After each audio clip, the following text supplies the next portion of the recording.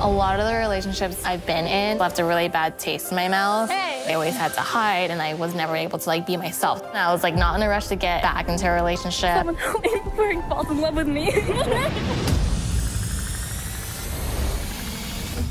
Eh bien, bonjour mes amis, bienvenue sur ma chaîne thématique sur YouTube, destinée à vous parler de films, de séries, de documentaires. Et c'est toujours un plaisir, mes amis, de vous retrouver avec moi. Nous sommes aujourd'hui le jeudi 20 avril 2023. Je vais vous parler d'un film documentaire disponible sur Netflix que j'ai vu hier, s'appelle Le Date le plus long. Donc, un date plutôt, c'est un rendez-vous amoureux. Donc, Le Date le plus long, c'est un film documentaire de 2023.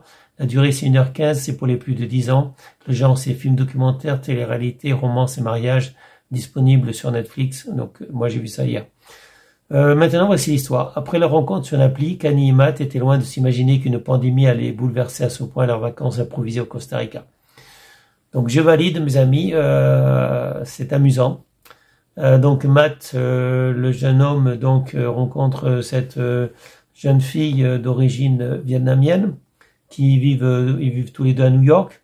Et Matt fait le genre, j'embrasse pas sur la bouche dès le premier rendez-vous. Bref, donc le premier rendez-vous, il invite, mais il y a rien de spécial. Enfin, c'est une invitation, boire un verre, discuter.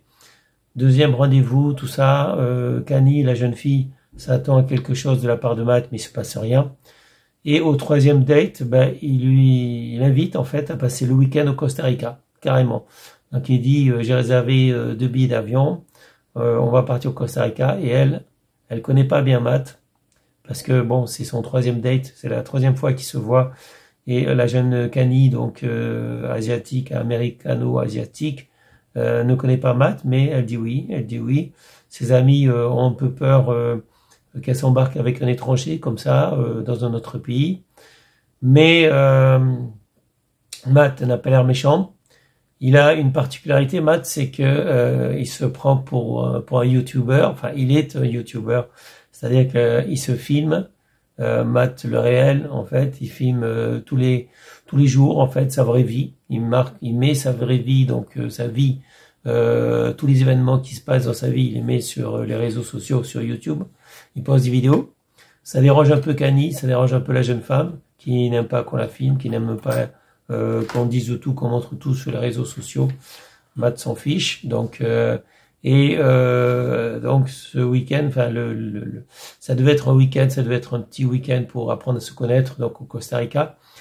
Mais déjà il y a le début du Covid et dans l'avion au départ de New York, de JFK, Matt et Kanye se retrouvent seuls dans l'avion. Déjà c'est un peu bizarre.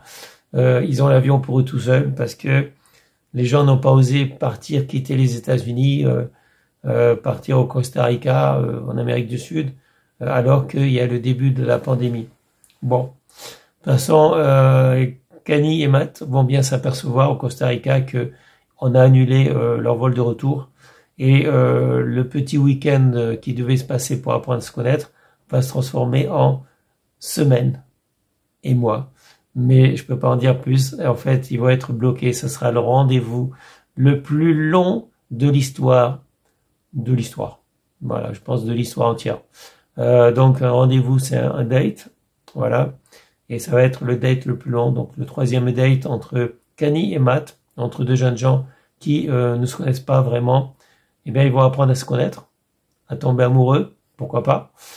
Et quand ils pourront enfin rentrer aux États-Unis, quand ils pourront enfin rentrer à New York, eh bien, ils vont, enfin, je peux pas le dire, voilà, mais c'est à vous de voir parce que c'est vraiment divertissant.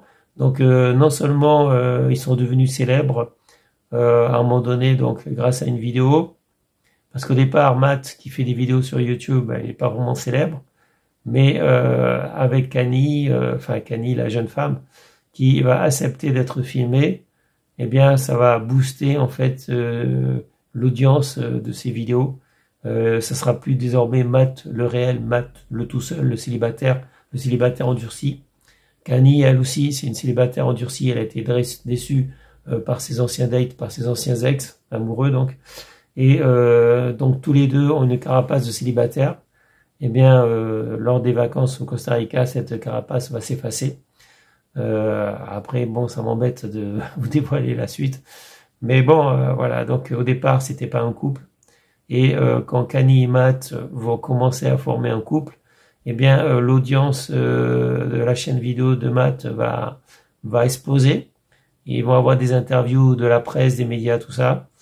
Et à un moment donné, Netflix va s'intéresser à eux et il va leur demander donc de raconter et va utiliser les vidéos que Matt a fait avant le voyage à New York et avant le voyage au Costa Rica, je veux dire, quand ils étaient à New York, et après, pendant, je veux dire, leur séjour au Costa Rica, également à leur retour.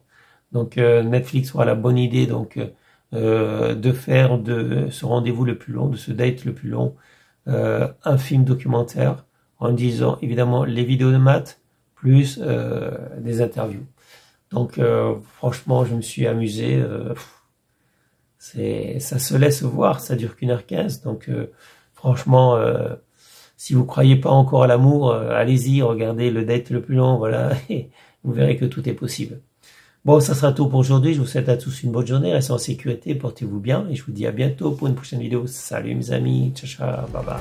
Being with Matt, he was someone who take charge of plans. I was really starting to notice that quality in him. But I was also starting thinking, what if we did get back and we end up going our separate ways and it was over? No one's bringing it up, so we're not going to talk about it until we have to.